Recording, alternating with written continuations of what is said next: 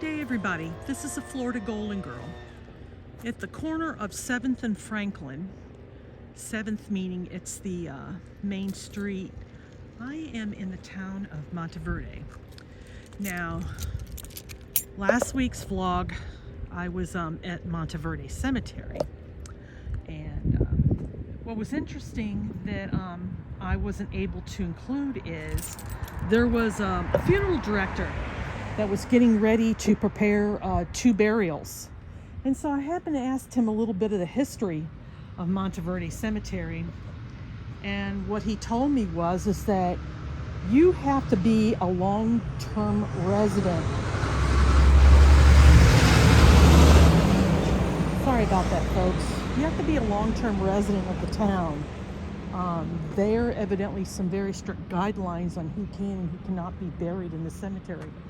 So not only was that a generational cemetery, but it's one where the residents have to be long-term. So I'm in the town of Monteverde, and I kind of wanted to tie this in with the local cemetery. It's trying to do something a little bit different. This is a town where pretty much all of the residents, they're all well off. Is probably the only thing I can think of.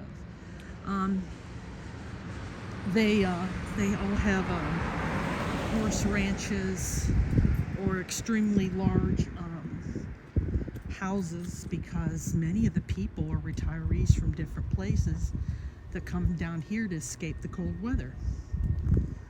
So, if you remember, I spoke about a very famous private school that people send their kids to, and it's an academy. And so we're going to do a little bit of a walkthrough there now. This school was established in 1912, and it's the Monteverde Academy. It's pretty much half of the town is this school. And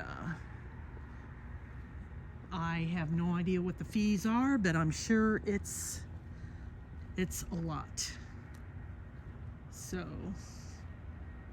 I am at the corner of 7th and Porter, and school's out for the holiday, and so I kind of have the ability to kind of walk around and do what I need to do without anybody asking me questions or acting like I'm all suspicious. One can't be too careful these days. But this is where the residents will board, meaning that they stay on campus. There's all different types of very interesting extracurricular activities that I noticed. But if you have money, and if you've got a grandkid and you want to send them to one of the very better schools, this is one that you can't go wrong. This is sort of tied into the local people that live in the area, because the people that attend this school is again generational. Great-great-grandfather attended, and it's sort of kind of like Princeton and Yale and Harvard, kind of on that scale of eliteness, and that you may have to take an entrance exam, but your background certainly will play a major role.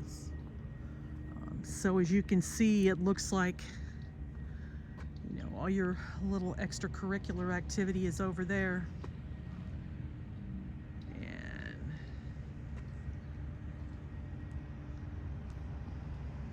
And then you've got your main buildings, library,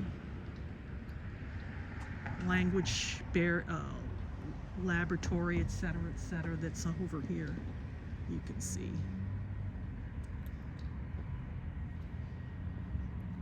I figure there's much more interesting things to see than a school. I'm sure many of you can kind of dwell back on your school days. Public schools back when we were growing up really weren't bad, but there was a difference between private and public because I attended both.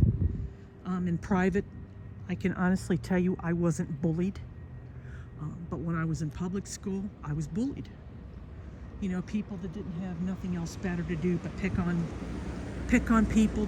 You know, the kids were just uncouth and did stupid things and made your life miserable. And the bullying got to be so bad for me that I moved. There was one particular incident, and the gym teacher just thought it was all a joke. And so what I did was I just started skipping gym class. Like it really didn't matter to me, you know, because I knew I was going to go in the Navy. Or it started out being in the Navy, but I knew I was going to go in the military to escape my situation. So it didn't really matter. So the direction that we're taking right now is we're going to go a little bit towards the main street to give you kind of an idea that the town of Monteverde, where you have your tennis court, your main little gas station, and you have a few local restaurants that's going to charge you a ton of money, and then you've got your beauty shop there that it's closed. I sometimes wonder how do these people stay active, still are able to maintain a business if they're not open most of the time. But oh well. I have no idea what that building is. Could be an antique store, but I somehow doubt it. You got a neglected building there. Looks like somebody tried to break in. So Monteverde Academy is down there, and that takes a path of that down there. And then we're going, there's a lake that's straight down, but it merges in the town of Ferndale. Ferndale's probably no more than 6 miles up the road. And so, like I said, you know, speaking with the funeral director, he said a lot of the smaller cemeteries do have a very strict requirement, and you know, to be buried there. And like I said, I thought that was interesting because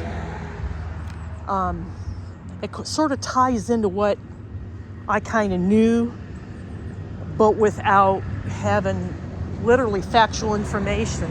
This is firsthand knowledge that I was able to glean, you know, and was able to obtain. So down there is another, like a local ice cream restaurant. I'm back, and then you've got your local apartments and stuff like that down there. And so we're actually gonna, yeah, I think I was down there already.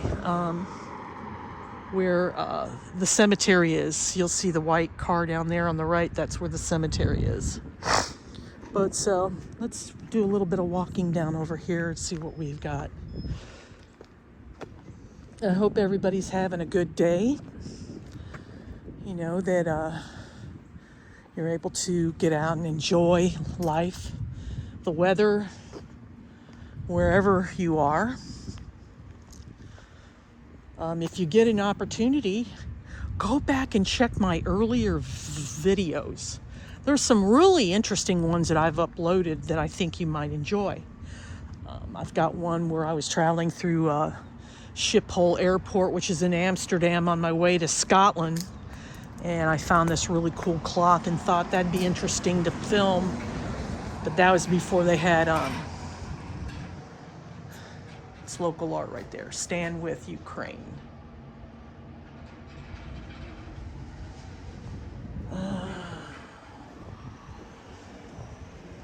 So I thought that was interesting, and I filmed that. And then I was in Belfast and went to see the Titanic exhibit, which was long, but having never been in Northern Ireland, I would just the town was really interesting. So that kind of gives you a clue where we came from.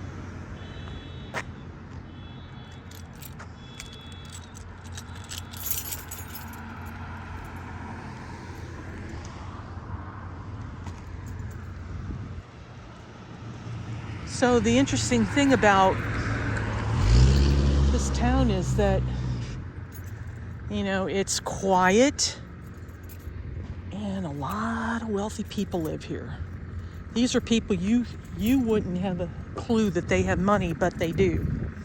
So I'm crossing the road. I'm on County Road 455, and that's the only local gas station over there. And then if I go down that way, there's tennis courts. And also there's just other things going on for the local residents. It's not, downtown isn't big, it's just kind of spread out. But most of these places, if you wanted Bible church, there you go. But, so at the time, gas is $2.99 a gallon. So it's went up 20 cents. And then, like I said, you got residents that are down that area. Let's do a little bit of a walk and see what we've got. You got parks here, but mostly people are here because of the school, or they're into horseback riding. I've come through here, and this is a trail where I've seen people on horseback, and all dressed in proper riding clothes, and you'd think you were in England or something like that. And they're out here with their horses, and owning a horse is not cheap. When you're talking about boarding, and you're talking about the cost of feed and vet visits and tack and everything else. I love animals, but when you get older, unless you've got the money, how fair is it to own something that you can't afford? It's a sad situation when you're a retiree and you're trying to live day to day and you have a pet and you can't even afford the pet. It's gotten so bad now, folks, with the high cost of food, that people are now eating cat food. I read an article where a lady, she went to a local community center, a senior center, and she's eating cat food. And she's crying, and she said, "This is all I can afford. I eat 1 can a day." And it's a sad situation. So we're going to go down one of these streets over here. That looks to be a park over there with somebody playing, and I'm not going to walk down there because they see me film, and then they get all suspicious, thinking I'm some type of weird person. That's the vibe these days. I'm super careful what I do and where I film, because I try and get in and out quickly. And, people are naturally curious. So, when I'm filming and, they kind of act like they want to know what I'm doing, no problem. I'm an open person. You want to know, I'll tell you. So, we're walking by Monteverde Park. So they have walking trail, they have a ball field, and this is the road, down the street is where they've got the community center, the post office, and the library. So And then if you go straight ahead, that's the cemetery. So that's how small this town is, folks. It's beautiful, it's well maintained, and sorry for that, I can't control this guy doing lawn maintenance. It's beautiful, it's well maintained, and like I said, there's a big difference. There's such a divide among those who have money and those who do not. You can tell. So I'm going to cross Franklin, and we're going to pass the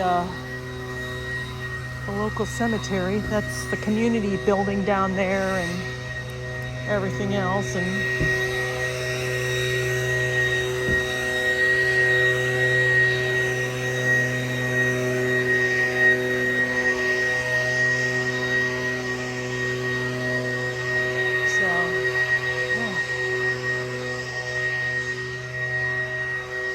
damn, I hate that noise. But see, even from the outside,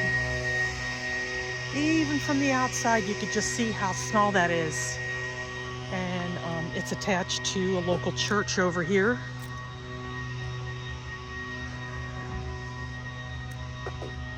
And then that's all the school right there. So if you remember, I mentioned that this school takes up half of the damn town. But the yards are super well maintained, and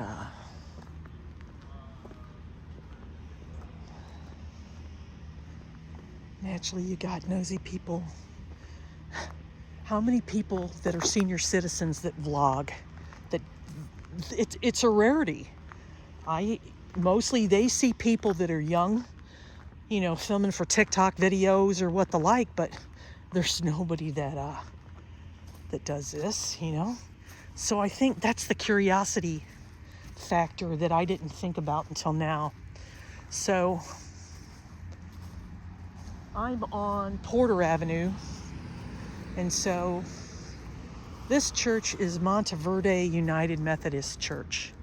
And so this is probably a rebuild because it's got a tin roof and it doesn't look like it's of any historical significance, but that's the church right there.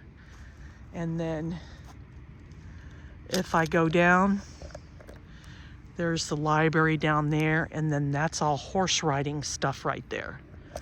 It sort of reminds me of Bucks County, Pennsylvania. I've been to Bucks County one time and fell in love with that area. It was just gorgeous. But, it's mostly people that you drive by and you see the big houses. And, you take a look at and see, lots of private schools that are kind of crammed together, and, but, Pennsylvania's a beautiful place to live. I've always loved that area, but the problem is that it's freaking cold in the wintertime. And I think I've mentioned that I don't like cold weather. I've spent half my life in cold weather. I lived in Korea for a few years, and that was cold. I lived in Germany, and that was just as cold. I lived in Indiana, which was colder. I lived in several Midwestern states that was cold. And once you get to be a little bit older, you get up there in age, you kind of figure it out what your body can handle and what your body can't handle. And I've mentioned that I have asthma and bronchitis, and it's always been around the wintertime that I end up in the ER having to have breathing treatments.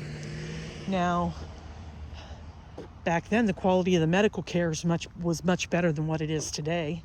I'm sorry, I don't have faith in the medical profession, because the only thing they're out is to find out how much they can make off of you. They'll want to put you in the hospital. They want to pill you. I have a scalp condition, and the first thing they wanted to do was give me antibiotics. And I was on antibiotics for most of last year. And I never even seen the doctor, but they were really quick to want to give me a pill. You know, I said, that's absolutely ridiculous. I finally seen them and I said, no, I'm not going to do that. You're freaking crazy. Well, that's Monteverde in a nutshell, folks. I've pretty much done, I've kind of gave you a little bit of what it truly is like. It's a one-horse town. It's small. There's an academy that pretty much the whole town is built around. And it kind of ties into our visit with last week's cemetery. So I'm going to close it for now, folks. This is Florida Golden Girl saying thank you for watching. Please subscribe. Click that notification bell. Like my video. Go back and look at my other ones. Recommend my channel. Tell a neighbor, tell a friend, tell a relative, tell a coworker, tell the dog, tell the cat, tell a stranger, tell the person you share a bus ride with about my channel. Through your recommendation is how this channel grows, and I appreciate everybody that watches, that subscribes, that supports me in this endeavor. Without you, this wouldn't be possible. Again, thank you for watching, and so long for now.